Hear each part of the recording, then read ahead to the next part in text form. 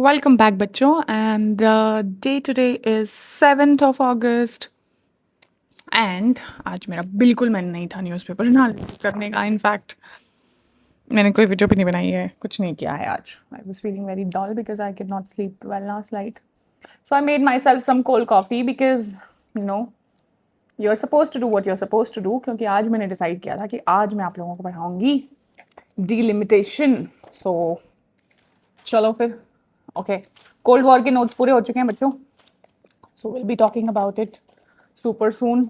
अभी अगले 2 दिन बच्चों की छुट्टी है, फिर it will be very difficult to do anything. So आज डीलिमिटेशन कर लेते हैं, ठीक है। सो सबसे पहले देखो बच्चों, क्योंकि डीलिमिटेशन बिल की एक न्यूज़ आई थी यहाँ पे देखो द हिंदू में, सो आई थॉट कि let's understand delimitation. So actually newspaper में आज कुछ बहुत ज़्यादा इंपॉर्टेंट और अच्छा नहीं आ रखा था, तो आई थॉट कि चलो डीलिमिटेशन को ही समझ लेंगे आज, ठीक है। देखो, delimitation means that you are redrawing your boundaries of Lok Sabha and state assembly constituencies based on the latest population. So कुछ चेंजेस करने हैं based on the latest population. अभी इसका लॉजिक क्या है, ठीक है, मैं आपको एक एग्जाम्पल से समझाने की कोशिश करती हूँ, ठीक है। मान लो कि there are 100 students and 10 class representatives, ठीक है। तो ये है। सो बेसिकली क्या हुआ, इसमें क्या मुद्दा है कि एवरी रिप्रेजेंटेटिव रिप्रेजेंट्स 10 स्टूडेंट्स, ठीक है। 10 क्लास रिप्रेजेंटेटिव है, 100 स्टूडेंट्स है, so each representative is representing 10 students, ठीक है। आफ्टर 20 ईयर्स क्लास ए में हो जाते हैं 20 स्टूडेंट्स, क्लास बी में हो जाते हैं 8 स्टूडेंट्स, क्लास सी में हो जाते हैं 35 स्टूडेंट्स, ठीक है। सो क्या हुआ अभी, if the representatives remain the same, one representative may speak for 35 students while one will speak only for 8. अब ये तो काइंड ऑफ अनफेयर हुआ ना, ठीक है। क्यों? बिकॉज यहाँ पे नंबर ज्यादा है, यहाँ पे नंबर कम है, तो seats and boundaries are redrawn, इसलिए इनको दोबारा से रीड्रॉन किया जा रहा है एंड दैट इज डीलिमिटेशन, ठीक है। अभी देखो, सबसे पहले ये पता होना चाहिए कि कॉन्स्टिट्यूशन में इसका क्या क्या बेसिस है। आर्टिकल 82 है, parliament can intact a delimitation act after every census, this article talks about that.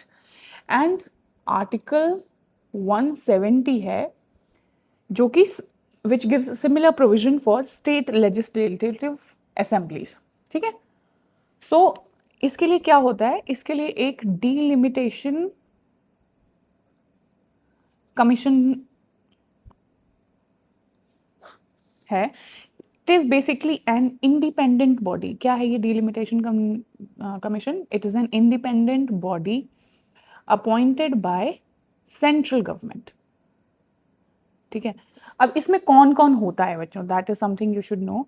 इसमें होते हैं रिटायर्ड सुप्रीम कोर्ट जज, ठीक है, और इसमें होंगे chief election commission and state election commissioners. So ये 3 लोग होते हैं।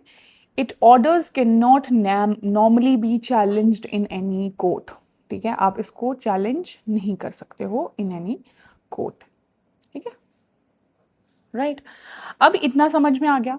Now understand this, why delimitation frozen, कि फ्रोज क्यों हुआ था ये देखो। इंडिया कंडक्टेड डीलिमिटेशन कब कब हमने किया है, 1952 में, ठीक है, फिर हमने किया 1963 में, फिर हमने किया 1973 में, एंड 2002 में हमने क्या किया था, सिर्फ कॉन्स्टिट्यूएंसी की बाउंड्रीज चेंज करी थी, ठीक है। बट अगर आप ये देखोगे कि 1971 के बाद, after the census of 1971, parliament froze the redistribution of seats. Why? ठीक है, 1971 के बाद फ्रोज कर दिया था रीडिस्ट्रीब्यूशन। अब आपके मन में सवाल आएगा कि ऐसा क्यों किया? क्योंकि स्टेट्स लाइक केरला, तमिलनाडु, इन्होंने अपनी पॉपुलेशन को बहुत ज़्यादा कंट्रोल किया। बेसिकली इनकी जो पॉपुलेशन ग्रोथ है दैट वाज क्वाइट कंट्रोल। ठीक है, अभी बच्चों इसको ना जोड़ने की कोशिश कर लो लिटरेसी से। ठीक है, लोग पढ़े लिखे हैं, people are concentrating more on their career, so it's a good thing कि उन्होंने अपनी पॉपुलेशन को कंट्रोल किया rather than just increasing the population both. ओहो एक सेकेंड यार बच्चों, ओके प्लीज हिलना नहीं। Okay, so both the states they control their population growth, जबकि जो northern states they were growing rapidly. ठीक है, so now if seats were redistributed immediately तो क्या हो रहा था, सदर्न स्टेट्स जो थे they were losing their seats and northern states were gaining seats. ठीक है, क्योंकि पॉपुलेशन यहाँ कम हुई तो वो लूज कर रहे थे, ये लोग गेन कर रहे थे। So this is something which was considered unfair because states controlling population should not be punished. ठीक है, so I mean understand the idea. ठीक है, hence the parliament froze the seat redistribution. ठीक है, कब तक किया था, इनिशियली ये 2001 तक फ्रोज किया था और उसके बाद 2026 तक फ्रोज कर दिया था। ठीक है, now the question will come in your head is कि now why is the limitation happening right now, क्योंकि the constitution freeze ends in 2026। ठीक है, अभी एंड हो रही है ना बच्चों। So after the next census parliament is expected to consider fresh delimitation, because 2026 वाला जो लाइन था वो खत्म हो गया। What is the present debate, so जैसे कि इस आर्टिकल में भी बोल रखा है कि DMK lays down conditions to support delimitation bill. ठीक है, अब इसको इससे लिंक कर देते हैं। ठीक है, so the present debate is the centre is trying to build political consensus. So according to this article, DMK has agreed in principle but they have placed few conditions. ठीक है, ये यहाँ पे कंडीशंस उन्होंने मेंशन करी हुई है, मैं समझा देती हूँ आप लोगों को क्या वो कंडीशंस हैं बच्चों। पहला, दैट एक्सटेंड द फ्रीज। ठीक है, they want that freeze on redistribution to continue for another 25 years। इसका क्या रीजन है, इसका रीजन है because the states that have control the population should not lose their representatives. Second thing they have said is increase the Lok Sabha seats. Okay, this is the next thing which they have suggested. So instead of reducing seats for certain states, increase total seats so that every state gains. So example मान लो कि 543 seats हैं, so instead to मतलब इसको घटाने की बजाय आप इसको 750 के आसपास कर दो, that is what they are trying to से।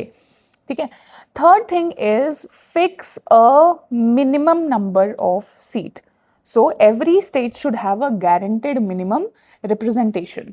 Now why does north India supports this delimitation, because यहाँ की पॉपुलेशन जो है वो बहुत ज़्यादा बढ़ गई है। एंड इसमें भी एक छोटा सा एग्जाम्पल देके समझाती हूँ। देखो, एक एमपी जो है it is representing around 3 million people, while one MP is representing 1.5 million people.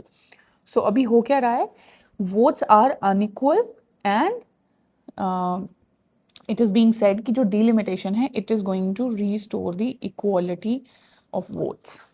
ठीक है, बट इसमें it is a worrisome thing for southern states because they have heavily invested in their education. ठीक है, they have invested in their women's empowerment, their family planning, and that is why उनकी जो population है उसके ऊपर उन्होंने काम किया है। So उनकी population slowed, जो growth है that slowed down, and now they feel कि just because they have less population, it should be fewer MPs for them. So the good governance जो उन्होंने किया अपने states में, this should not actually become a political disadvantage for them. बच्चों समझ लेना और नोट्स बना लेना। ठीक है, ये देख लो मेरे नोट्स, इसकी ले लो स्क्रीनशॉट। ठीक है, मेक योर ओन नोट्स, मैंने थोड़े गंदे से बनाए हैं बट बना लेना। ठीक है, अब आपको मैंने प्रोज वो तो बता दिए, अब मैं एक बार आपको प्रोज एंड कॉन्स बता देती हूँ हल्के हल्के। ठीक है, देखो प्रोज क्या होंगे बच्चों, इसके प्रोज होंगे कि equal value of every vote. ठीक है, ये मैं आपकी जीडी के लिए बता रही हूँ। ठीक है, क्योंकि हो सकता है ये आ जाए। ठीक है। So equal value of every vote. Second क्या होगा, इससे क्या होगा, वन एमपी शुड रिप्रेजेंट रफली सिमिलर पॉपुलेशन एंड ऐसा माना जा रहा है कि this will strengthen the democracy. Second thing, it is being felt कि it will be a better representation.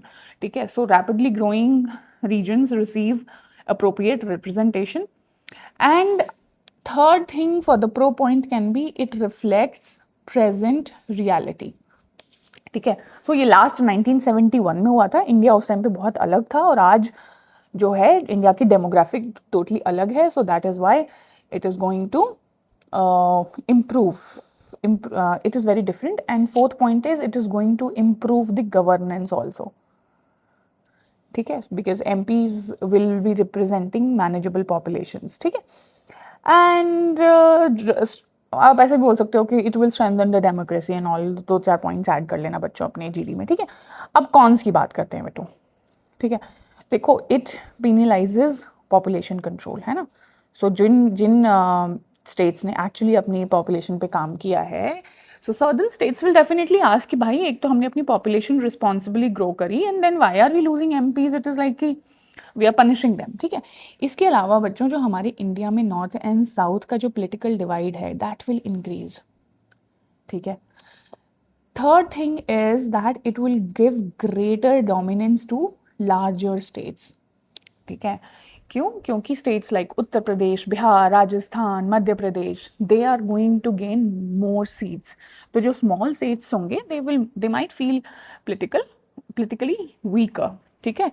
इसके अलावा पोलिटिकल पोलराइजेशन भी बढ़ेगा, रीजनल पार्टीज में oppose the implementation, so consensus will become difficult. So ये है डिलिमिटेशन बिल, जो कि मैंने इजी लैंग्वेज में समझा दिया। And now let's move on to other articles. The next article I'm talking about is the explained article from the Indian Express, and today the article says the Hasina factor in India-Bangladesh ties. ठीक है। सबसे पहले थोड़ा सा background बता देती हूँ बच्चों इस आर्टिकल का। देखो, बांग्लादेश वॉज क्रिएटेड इन 1971, ये तो आप लोगों को पता होगा। ठीक है। सो लिबरेशन वॉर हुई थी, इंडिया ने मिलिट्री सपोर्ट दिया था। उसके बाद Sheikh Mujibur Rahman he became the first prime minister, but he was assassinated in 1975। ठीक है। तो शेख हसीना जो उनकी डॉटर थी, she became the Bangladesh longest serving prime minister. So India and Hasina they have maintained very close strategic ties for almost 15 years. ये आपको पता होना चाहिए। ठीक है। So under Hasina Bangladesh acted strongly against anti India terrorist groups which were operating from its soil. ठीक है। उल्फा करके थे, नॉर्थ ईस्ट में इंसर्जेंट्स ग्रुप्स थे। So India and Bangladesh even signed land boundary agreement एक साइन किया था 2015 में दोनों कंट्रीज ने। ठीक है। To resolve the old border disputes. इसके अलावा भी आप मान लो defence, coastal shipping, counter terrorism, connectivity, काफ़ी एरियाज में दोनों कंट्रीज ने मिल करके काम करा। ठीक है। However opposition parties like BNP often accuse Hasina of being too close to India. ठीक है। So in 2024 there were massive protests which forced Hasina to leave Bangladesh, and after that she has been staying in India, and India now faces the challenge of maintaining relationship with Bangladesh regardless of who is in the power. ठीक है। सो अभी of lately क्या हुआ, Sheikh Hasina she has address the media from India, और फिर जो Bangladeshi current government है उन्होंने इसको क्रिटिसाइज किया है that India is allowing her to do press conferences on their soil. So they are not happy with this, and Hasina has defended her record and criticized the present Bangladeshi leadership. आपकी info के लिए बता दूं, Tariq Rahman is their leader as of now. So India officially maintains that her statements are personal and we do not represent, मतलब she is not representing our official position. So this is what is this thing. अभी बच्चों एक जो सबसे बड़ी problem between both the countries which is ongoing is the Teesta water treaty which is unresolved. ठीक है। इसके अलावा वीज़ा रिस्ट्रिक्शंस थे, माइग्रेशन जो इलीगल होती रहती है, that is also few of the issues which India has been facing. So let's see, India has been trying a lot to engage with the current BNP, जो पहले की opposition party थी, उनसे engage करने के लिए हम काफ़ी बात करने की कोशिश कर रहे हैं. But she staying at India is also a irritant factor in that.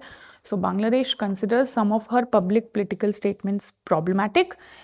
And as a country ना, अभी India is walking a tight rope, let me tell you. ठीक है. So while this all looks little messy, but let me tell you कि India के क्या interest हैं when it comes to Bangladesh. देखो, एक stable Bangladesh is important for us because it is important for our north eastern states जिनसे हमारी boundary लगती है बांग्लादेश के साथ. ठीक है. इसके अलावा इलीगल माइग्रेशन जो है उनका, that is something which is very very problematic and it has to stop. More than that we have to work on the connectivity to north east. उसके लिए वो इम्पॉर्टेंट है. अच्छा, BIMSTC करके एक ऑर्गेनाइजेशन है. मैंने जो ऑर्गेनाइजेशंस ऑफ द वर्ल्ड वाली वीडियो बनाई है उसमें इसको कवर किया था, that we need to maintain cooperation in that as well. ठीक है.